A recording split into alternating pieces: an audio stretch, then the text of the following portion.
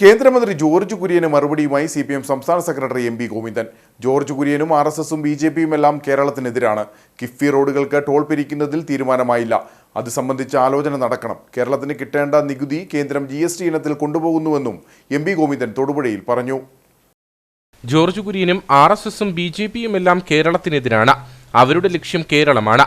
അതുകൊണ്ടാണ് ഇവിടെ ദാരിദ്ര്യം വേണമെന്ന് പറയുന്നത്. സാമ്പത്തിക പ്രതിരോധവും ആശയ പ്രതിരോധവും സൃഷ്ടിക്കാനാണ് BJPയുടെയും കേന്ദ്ര സർക്കാരിന്റെയും ശ്രമമെന്നും MP ഗോവിന്ദൻ പറഞ്ഞു. ജോർജ് കുര്യനും RSകാരും BJPക്കാരും ഗവൺമെന്റ് പ്രതിനിധികളും മന്ത്രിമാരുമെല്ലാം കേരളത്തിനെതിരാണ്.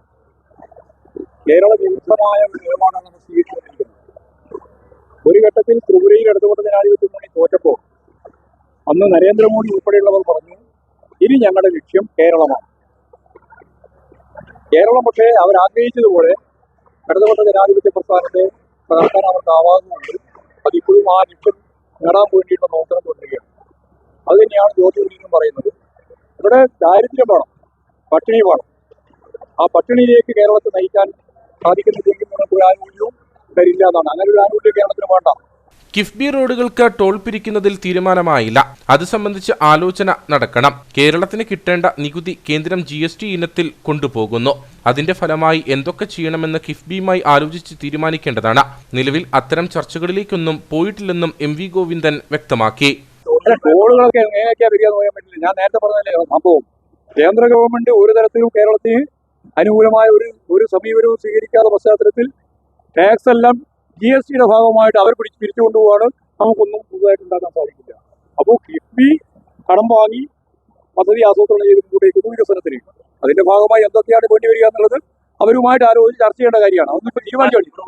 AI വിഷയത്തിൽ നിലപാട് മാറിയിട്ടില്ല. AI സംവിധാനം മുഴുവൻ കുത്തക മുതലാളിമാരുടെ കയ്യിലാണ്. AI സാങ്കേതിക വിദ്യ വഴി ഉൽപ്പാദിപ്പിക്കുന്ന സമ്പത്ത് മുതലാളിത്ത രാജ്യങ്ങളിൽ കുന്നുകൂടുമെന്നും MP ഗോവിന്ദൻ പറഞ്ഞു. 50% ജനങ്ങൾക്ക് 3%, 10% ജനങ്ങൾക്ക് 87% സമ്പത്ത് കേന്ദ്രീകരിക്കുമ്പോൾ ഉൽപാദന വിതരണ ഘടനയിലാണല്ലോ മുതലാളിത്തത്തിന്റെ ഏറ്റവും പ്രധാനപ്പെട്ട കഴിവ്. എന്താ? ഉൽപാദനോപാധികളുടെ സ്വകാര്യ ഉടമസ്ഥതയാണ്. ഈ AI സംവിധാനം മുഴുവൻ ആരുടെ കയ്യിലാണ് വരിക?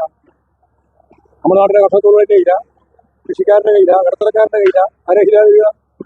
എല്ലാം വരുന്നത് ഈ ഉൽപാദനോപാധികളുടെ സ്വകാര്യ ഉടമസ്ഥത മുഴുവൻ വരുന്നത് ഈ കുത്തക മുതലാളിമാരുടെ കയ്യിലായിരിക്കും. ആ കുത്തക മുതലാളിത്തത്തിന്റെ ഭാഗമായിട്ട് 60%-ലധികം തൊഴിലില്ലായ്മയും മനുഷ്യരുടെ തൊഴിൽ ഈ വാങ്ങൽ കഴിവ് ശേഷി പൂർണ്ണമായിട്ട് ഇല്ലാതാവുകയും ചെയ്താൽ പിന്നെ എന്തായിരിക്കും രാജ്യത്തിന്റെ സ്ഥിതി? കോടിയേരി അധിക്ഷേപത്തിലും MP ഗോവിന്ദൻ പ്രതികരണം നടത്തി. CPM സമ്മേളന നഗറുകൾക്കെല്ലാം കോടിയേരിയുടെ പേരാണ് നൽകിയിരിക്കുന്നത്. കോടിയേരി നൽകിയത് അതുല്യമായ സംഭാവനയാണ്. അങ്ങനെ ഒരാളെ അധിക്ഷേപിക്കുന്ന RSSകാരെ പറ്റി എന്തു പറയാനാണെന്നും MP ഗോവിന്ദൻ ചോദിച്ചു. അല്ല, ഞങ്ങൾ CPIMന്റെ സമ്മേളനങ്ങളെല്ലാം നഗരയുടെ പേര് കോടിയേരിയുടെ പേരാണ്. കോടിയേരി കേരളത്തിലെ കമ്മ്യൂണിസ്റ്റ് പ്രസ്ഥാനത്തിന് നൽകിയ സംഭാവന എന്ന് പറയുന്നത് അതുല്യമായ രീതിയിലുള്ള സംഭാവനയാണ്. അത്തരത്തിലുള്ള ഒരാളെ മഹാത്മാഗാന്ധിയെ അധിക്ഷേപിക്കുന്ന RSSന്റെ BJPയുടെ നിലപാടിനോട് ഒപ്പം നിന്ന് പോകുന്ന RSSകാരെ പറ്റി വേറെ എന്താ പറയാനുള്ളത്? അതിനൊന്നും യാതൊരു കാര്യമില്ല. കാരണം മഹാത്മാഗാന്ധിയല്ല സ്വാതന്ത്ര്യ സമര പോരാളി. ആരാ? സവർക്കറാണ് എന്ന് പറയുന്ന RSSകാരോടും BJPക്കാരോടും വേറെ എന്ത് പറയാനാ? അതുപോലെ കമ്മ്യൂണിസ്റ്റ് പ്രസ്ഥാനത്തിന്റെയും കേരളത്തിലെ ജനങ്ങളുടെയും ഏറ്റവും പ്രിയപ്പെട്ട നേതാവാണ് സഖാവ് കോടിയേരി. കോടിയേരിയെ അധിക്ഷേപിക്കുന്നു എന്ന് പറഞ്ഞാൽ ജനങ്ങളെ അധിക്ഷേപിക്കുന്നതിന് തുല്യമാണ്. കോടിയേരിയെ അധിക്ഷേപിക്കുന്നത് ജനങ്ങളെ അധിക്ഷേപിക്കുന്നതിന് തുല്യമാണെന്നും MP ഗോവിന്ദൻ വ്യക്തമാക്കി.